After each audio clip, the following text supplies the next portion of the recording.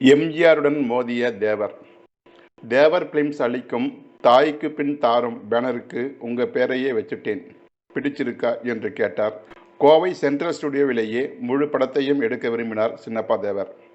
பழகிய இடம், தெரிந்த மனிதர்கள், கூடவே சுற்றமும் நட்பும்.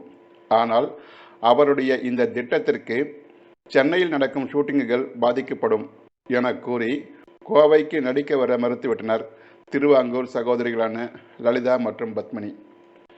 விஷயத்தை எம்ஜிஆரிடம் சொன்னார் தேவர். அப்போது எம்ஜிஆருக்கு பொருத்தமான ஜோடி பானுமதி என்று கருதிய காலம்.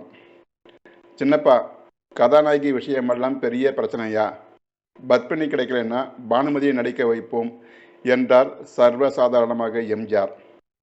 பானுமதியா என்று வாயை பிளந்து தேவர் தொடர்ந்தார். அந்த அம்மா ஒத்துக்குவாங்களா? நானும் புதுசு, திருமுகமும் பயந்த சுபாவம் என்றார். நான் இருக்கேன் இல்லை, நானே அவங்கக்கிட்ட பேசி கால் ஷீட் வாங்கி தர்றேன் என்றவர் தேவரை அழைத்து சென்று பானுமதியிடம் அறிமுகப்படுத்தினார்.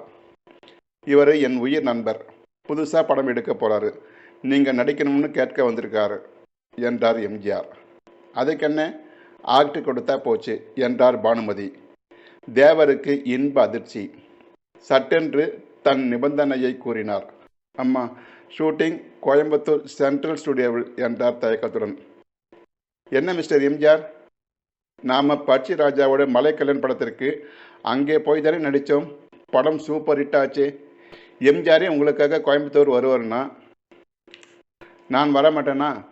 சந்தோஷமாக போங்க, உங்கள் படமும் சக்ஸஸ் ஆகும் என்றார் பானுமதி.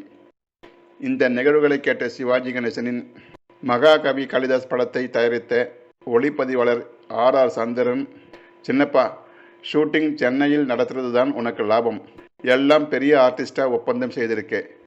எம்ஜிஆர், பானுமதி, கண்ணம்மா, பாலையா இவர்கள் எல்லாம் லேசுப்பட்ட ஆளுங்களா? இன்னைக்கு உச்சாணி கொம்பில் இருக்கிறவங்க.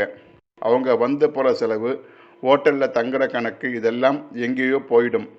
வாகினி ஸ்டுடியோ நாகிரெட்டி கிட்டே நான் சொல்கிறேன், உனக்கு தேவையான சௌகரியங்களை செஞ்சு கொடுப்பாரு என்றார்.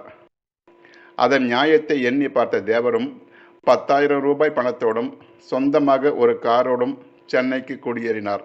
படம் ஆரம்பிப்பதற்கு முன் தன் தம்பியை அழைத்து, இதை பாரப்பா, நான் பணம் போடுறவன், என்கிட்ட இருந்து சத்தம் வரத்தான் செய்யும். 4 பேர் எதிரே கண்டபடி ஏசுறாரேன்னு நினைக்கக்கூடாது. உன்னை இயக்குனராக்கணும்னு தான் சினிமா கம்பெனி ஆரம்பிச்சிருக்கேன்.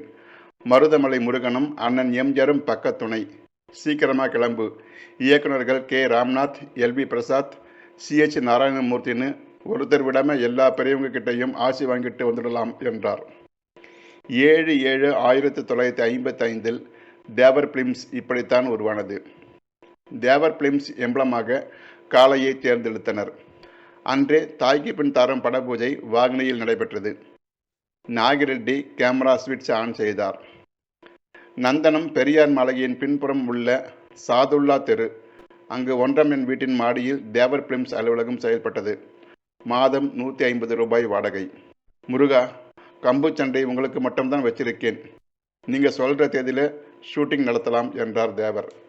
அண்ணே, கம்பு சுற்றுற காட்சியில் என் கூட நீங்களே நடிங்க, வேற ஆள் வேணாம். மர்மயோகி படத்தில் ஃபைட் செய்தோமி நினைவு இருக்கா? அதே மாதிரி எனக்காக டூப் போட்டிடாதீங்க. உங்களுக்கா எனக்கான ஒரு கை பார்த்துடுவோம். சினிமா சண்டை கிடையாது, ரியல் ஃபைட்டு, சரியா? மலரும் நினைவுகளில் எம்ஜிஆரின் இதயமும் கைகளும் பரபரத்தன. இருவரும் தினமும் சிலம்பம் சுற்றினர். 1 வாரம் ஒத்திகை நடைபெற்றது.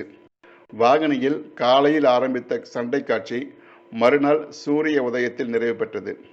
நிஜமான அடிதடி என்பதால் கேமரா ஸ்பீடு எதுவும் கூட்டப்படவில்லை. பெரிய பெரிய ஷாட்டுகளாக எடுத்தனர்.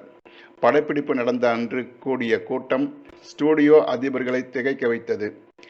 டெக்னீஷியன்கள் விசில் அடித்து ஆரவாரம் செய்தனர். 50 அடி 60 அடி தூரத்திற்கு எம்ஜிஆரும் தேவரும் ஒருவரை ஒருவர் துரத்தியபடி தாக்கிக் கொண்டு மோதிக்கொண்டனர். வயலுக்கு நீர் பாய்ச்சும் பாசன தகராறு. அசல் களத்து மேட்டை கண்முன் நிறுத்தினார் தேவர். அந்த காட்சிக்காகவே நாட்டுப்புறங்களில் அப்படம் வசூலை அள்ளியது. எம்ஜிஆர் தேவரின் மோதல்கள் வெற்றியிலேயே முடிந்தன.